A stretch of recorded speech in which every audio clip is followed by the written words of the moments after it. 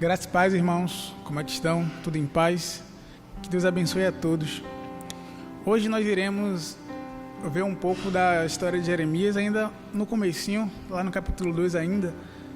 E a gente pode lembrar, que Jeremias não se achava capaz da missão, mas quem capacita é Deus. E assim ele fez naquele momento. Jeremias é tido como um profeta chorão, a gente sabe bem disso, mas ele vai em frente confiando em Deus e faz. E aí a gente olha lá, no capítulo 2, a partir do versículo 2, ele diz assim a Bíblia: vai e clama aos ouvidos de Jerusalém, dizendo: assim diz o Senhor, lembro-me de ti, da beneficência da tua mocidade e do amor dos teus desposórios, quando andava após mim no deserto, numa terra que não se semeava. Então Israel era santidade para o Senhor, e era as primícias da sua novidade. Todos os que o devoravam eram tidos por culpados, o mal vinha sobre eles, diz o Senhor. Ouvi a palavra do Senhor, ó casa de Jacó, e todas as famílias da casa de Israel. Assim diz o Senhor: que injustiça acharam vossos pais em mim, para se afastarem de mim, indo após a vaidade, tornando-se levianos. Versículo 10. Porquanto passai as ilhas de Quitim e vede, e enviai a Quedar, e atentai bem, e vede se sucedeu coisa semelhante. Houve alguma nação que trocasse os seus deuses, posto não serem deuses? Todavia, o meu povo trocou a sua glória pelo que é de nenhum proveito. Espantai-vos disto, ó céus, e horrorizai-vos. Ficai verdadeiramente desolados, diz o Senhor, porque o meu povo fez duas maldades. A mim me deixaram o manancial de águas vivas e cavaram cisternas rotas que não retêm as águas. E aqui a gente pode perceber que no princípio da leitura, Deus ele vem abordando sobre o primeiro amor, que a gente pode comparar com a gente hoje, No caso ali, quando eles saíram do Egito, Deus estava com eles ali, e aí qualquer um que tentava algo contra eles era tido como culpado, e eles ganharam inúmeras guerras, e eles iam em frente, e eles conseguiam sempre porque Deus estava com eles. Deus ali no deserto era a prova viva de presença, porque a gente poderia ver que durante a tarde tinha uma nuvem acompanhando eles, fazendo sombra para que eles não tomassem aquele sol. Imagine, se a gente está aqui em Salvador, acha quente às vezes uma tarde, imagina no deserto, com dificuldade para andar na areia, com o sol escaldante na cabeça, com dificuldade para beber uma água. Se a gente acha ruim hoje, imagina naquela época andar com filhos no colo, com idosos. Então era toda uma dificuldade que, se a gente parar para pensar, existiam inúmeras circunstâncias para que não desse certo. Mas existia um Deus que existe até hoje e que ele não é Deus circunstancial. Ele não precisa de circunstâncias para fazer. Ele não precisa de nada para que dê certo. Ele por si só já faz dar certo. Ele por si só já é a circunstância. Então a gente via que naquele momento ali que eles estavam juntos, no começo, era todo aquele primeiro amor que a gente vê, que às vezes hoje, com a gente mesmo, quando entra na fé, aquele fervor, quer fazer tudo, quer cantar, quer pregar, quer evangelizar, quer fazer tudo. E depois, quando o tempo vai passando, vai definhando, vai diminuindo, o gás vai acabando, vai fazendo igual aos Gálatas, às vezes, que Paulo chama a atenção, que começa pelo Espírito e termina pela carne, misericórdia. Mas ele mostra aqui sobre esse primeiro amor, que no começo era mil maravilhas, eles eram muito unidos, era a primícia, e depois acabou se afastando. E aí ele acaba se colocando numa condição de: peraí, o que foi que eu fiz para que vocês se afastassem de mim? O que é que seus pais encontraram em mim? E os sacerdotes não falaram nada? Cadê Deus? O que foi que houve? Eu cometi algum erro? E às vezes Deus pergunta isso hoje pra gente também. A gente que por motivo nenhum briga, às vezes discute e se desentende com o irmão e se afasta, e Deus pergunta pra gente: o que foi que eu fiz com você? Quando a gente olha para alguém que errou e o condena e sai da igreja, Deus pergunta: o que foi que eu fiz com você? Eu fiz algo?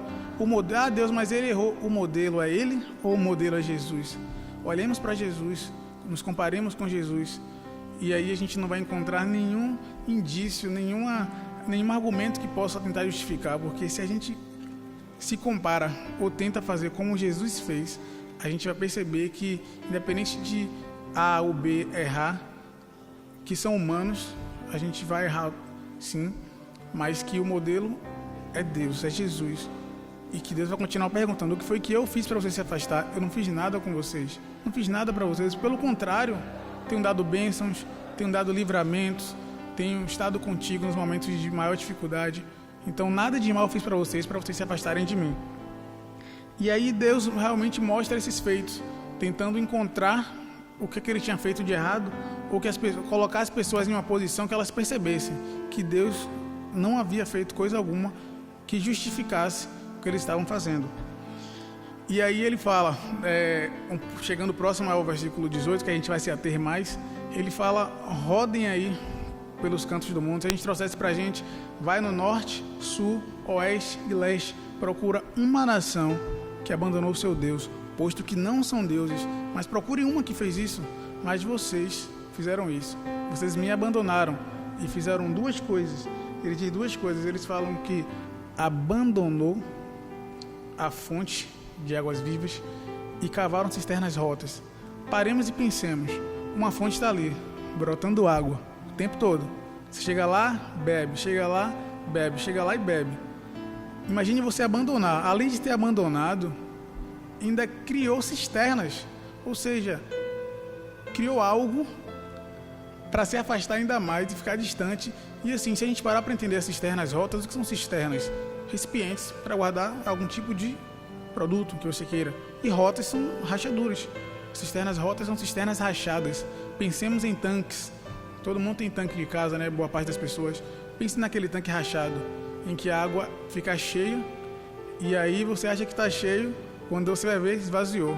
Não pelo seu uso, mas pelo processo natural da rachadura. Então ele enfatiza que foram cisternas rotas, porque ele mostra que o ser humano não consegue estar cheio, não consegue estar preenchido, senão com Cristo. Então a gente precisa ter Deus, porque Ele é o que vai nos preencher. Quantas pessoas a gente vê que tem muito dinheiro, mas acaba não sabendo o que fazer da vida porque já conseguiram tudo. Já tem o carro do ano, já tem a casa do ano, já tem tudo, mas só que eles não têm o principal, que é Cristo. Muitos artistas acabam se matando e veredando para o mundo das drogas porque não sabem o que fazer, porque tem um vazio que dinheiro não preenche. Então a gente acaba percebendo, e quando eles fazem isso, e quando a gente faz isso também e entende que a gente não precisa da fonte, é quando a gente pensa assim: eu não preciso mais depender de Deus. E eu ficar esperando por essa fonte aí, não, eu vou fazer a minha própria cisterna, vou encher a minha própria cisterna. E isso é loucura da nossa parte, querer procurar cisterna para poder se afastar de Deus. E aí é uma pergunta que serve para mim, para você: qual é a nossa cisterna? O que é que nós temos cavado e que tem nos afastado de Deus? Entendeu? A gente precisa entender isso para que a gente possa nos afastar dela. Uns têm a cisterna da mentira, outros da promiscuidade, outro da prostituição, outro da bebida, outro das drogas. Enfim, existe um leque de possibilidades de cisternas rotas que o homem tem procurado para tentar estar cheio, mas sem Deus é tudo em vão. É só ter trabalho de se afastar e cavar.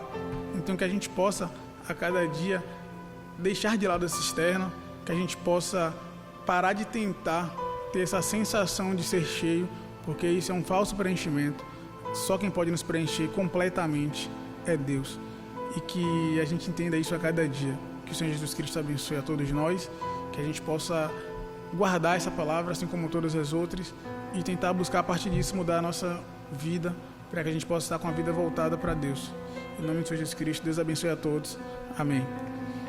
Agora nós vamos passar um vídeo que você vai entender um pouco mais, vai ilustrar melhor o que a gente falou até agora.